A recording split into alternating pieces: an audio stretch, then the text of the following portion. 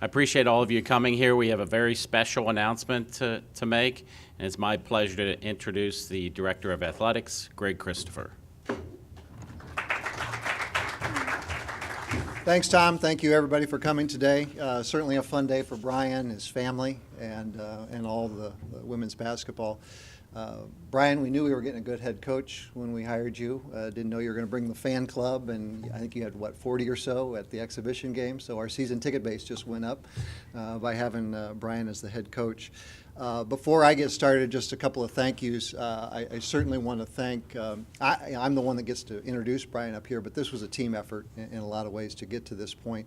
I want to thank Aaron Keto, Rich Franchak from our staff, obviously Father Graham and John Kusha as well, who helped through the process. Two quick things that I want to talk about, at least kind of subjects, and then turn it over to Brian.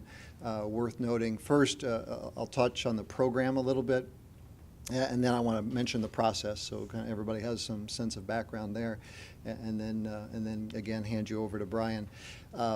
As it relates to the program itself, I think it's worth mentioning, if you go all the way up to 30,000 feet, and I talk about this a lot in meetings. There are probably two fundamental kind of reasons or purposes of behind what we do. We all have very diverse jobs, a lot of things that we deal with on a day-to-day basis.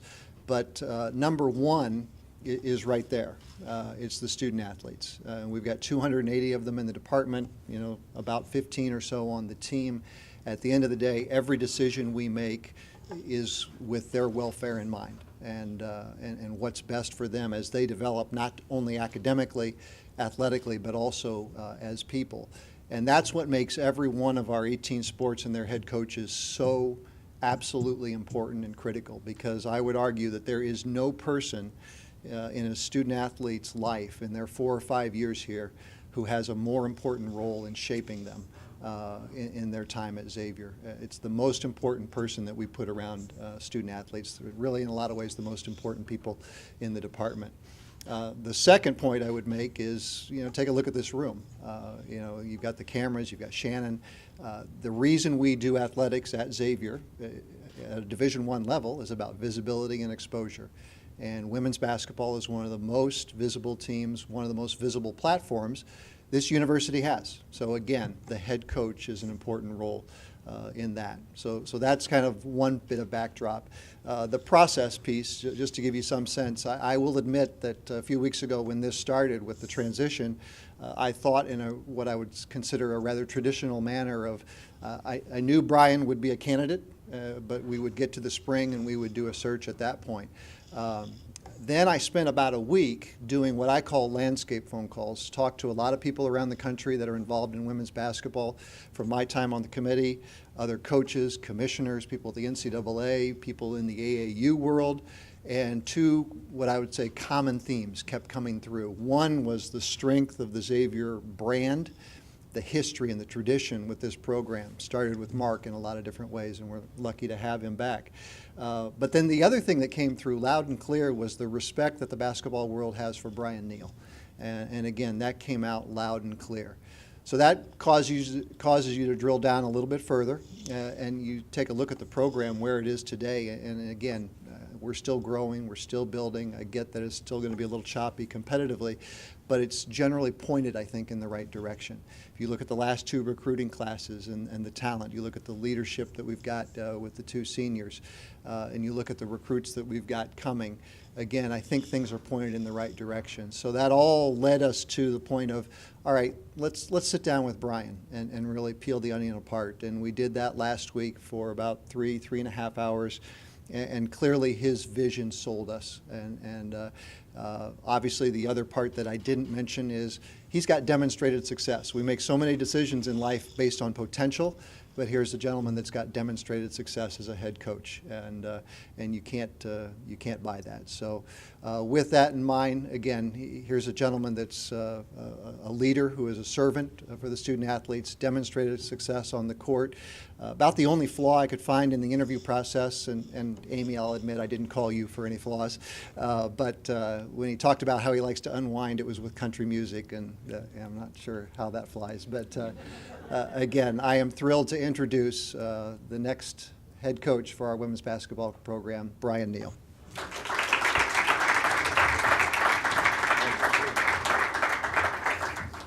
All right. He told me to have fun with this. We'll see. It's hard to have fun it's hard not to be excited. Thanks to everybody for coming. Thanks, Greg, for that introduction. That was awesome. I don't know if I've felt quite like this since I got married, to be honest with you, and it's pretty nervous feeling. And that's worked out pretty well so far. But, you know, I've passed this platform on a daily basis for 2.5 years now, and I really never pictured myself being up here in this situation. And it's funny how you just don't know what the Lord has in mind for you if you work hard and believe in what you're doing. And so that is, it's really a cool thing to be up here. Before I get too far in this, there's a few people I want to thank. First, my family, my wife, Amy. I want to introduce them, Amy and my 4 kids, Allison, Madison's here somewhere, Emma and Max. And they're really excited. Their dad's got a new cool job, and they got out of school a little bit early today, so everybody's good at the Neal house. I'm from Northern Kentucky. I've been in Greater Cincinnati my whole life. Have a lot of friends and family in the area. I can't thank them all, but having my mother here is just an awesome thing. Awesome thing. Thanks, Mom. And I'm not going to get emotional, I promise, but I'm glad she's here.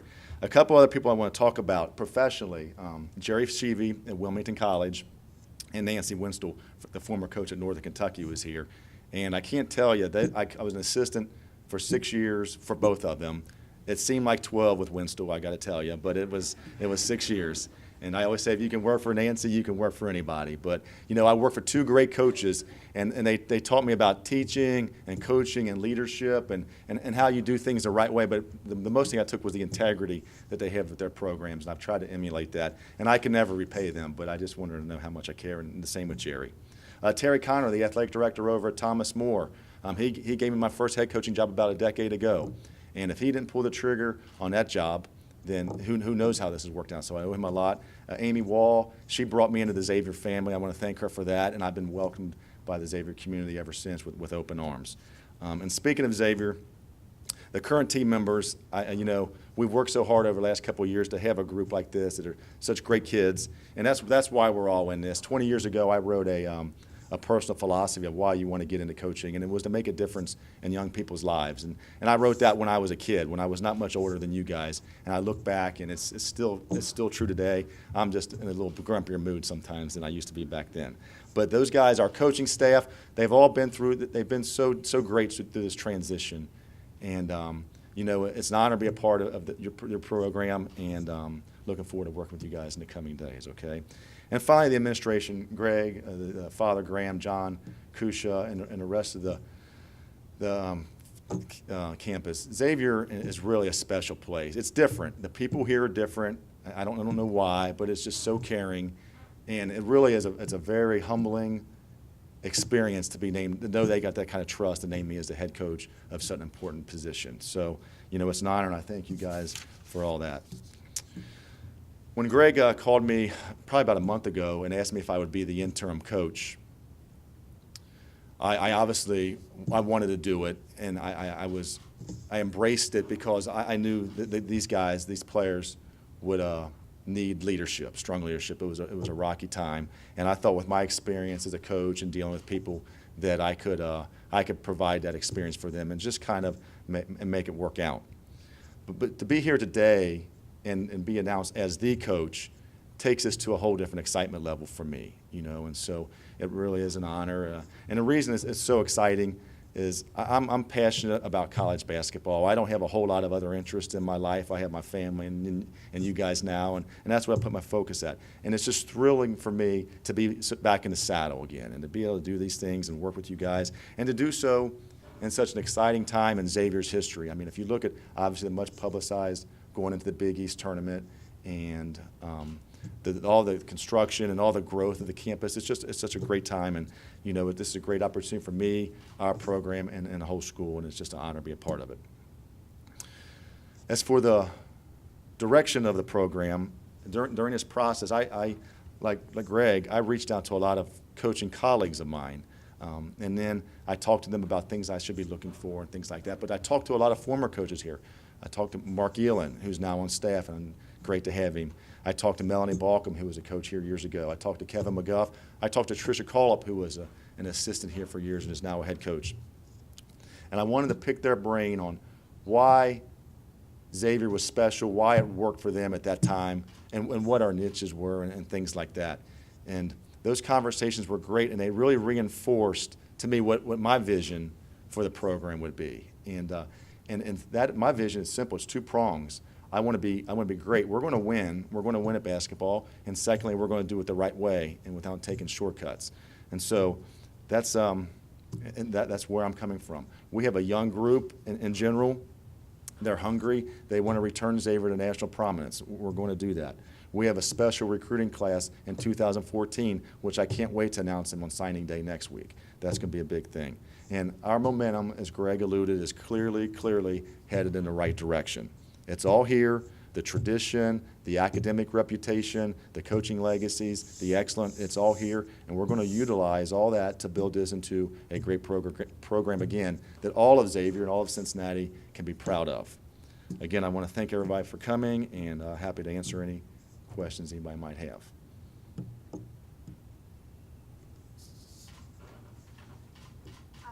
Well, Brian, you obviously have been with the program for 2 years before taking on the interim role and now the head coaching role. Mm-hmm. How has that transition been just this year from going from assistant to interim to head coach all in a very short amount of time? I haven't had time to think about it. You know, it's going from the interim. There were so many tasks to take on immediately. It was overwhelming for a couple of days, and but once you start checking things off, it kind of settled in. And then when we added Mark to the staff, then we were back to being fully staffed, and it was much easier. And then today, it's just a great feeling. And I know this is like a party, but I know as soon as this party's over, we're going back to work. You know, so we're going to enjoy it here for probably through dinner, but you know, then we got to get back to work. Were you surprised at all that the decision was made this early, before the season rather than in the spring? Just the few months I've known Greg, you can tell that he's very process-oriented, and he goes through all his checks. You know, so I knew he was going to do that. I knew there was things he was thinking about. I didn't know, you know, that he would come to this conclusion, but I was hoping he would. I thought, in my heart, and what I thought was right, I thought it would be best for the program. But you know, he's got to get up here and make that decision. So, but yeah, I thought that he was going to do his homework, and I was hopeful that he would come to this conclusion. And how have things been going for you guys as you prepare for the Big East and knowing that you have a whole different conference like this year? Well, we're worried about Sunday first. I mean, we've been working on practices and doing what we do, and the girls are coming along nicely. So, you know, it's I don't feel like the last month there's really been a distraction. I've just gone about it, playing and practice and going through it and doing a normal operation. So I haven't spent a lot of time dwelling about it. You know, I had to prepare. I had to do my homework to meet with him and his committee. But I've really tried to focus on basketball as much as I could. What's the biggest part of your sales pitch, Greg? Man, that sales pitch lasted about 4 hours. I can't remember what the biggest one was. Biggest pitch. I think the people I talk to, that, you know, Xavier is a Catholic university, and I think my biggest pitch is this needs to be value-based no matter how it goes. You know, and we need certain kids. We need great character kids. We need talented kids. But there's got to be an approach. It's not win at all costs. You know, and I think that was probably what I felt like was the most important point I was making. You had, I mean, obviously this ensures a smooth transition, obviously they moved so late in the process. Do you have time to even put your own stamp on this team, or does that come maybe next year? Well, it's going to get smoother and smoother. I think if you ask him, I made a stamp probably the first time we met that, you know, that I was taking over and this is the way we were going to do things. So, but that will, every day that we're together, that will get smoother. But yes, we're going to do everything we can, you know, right now to get this team as good as we can. You had a lot of success as a head coach at Thomas More. What's it like to be back in a position like that where, you know, you're the main guy and in charge of this team? It's a much hotter seat. It's a much hotter seat, and but that's what I enjoy. It's the challenge of, you have all these facets, all these puzzle pieces, and putting it all together is the challenge. And I think that's what separates a lot of coaches. And it's personalities, it's talent, it's X's and O's, it's recruiting, it's dealing with personalities. So all those things, and you got to keep putting together. And so that is what I find fun. You get to work with these great young ladies, but that challenge of putting that puzzle together.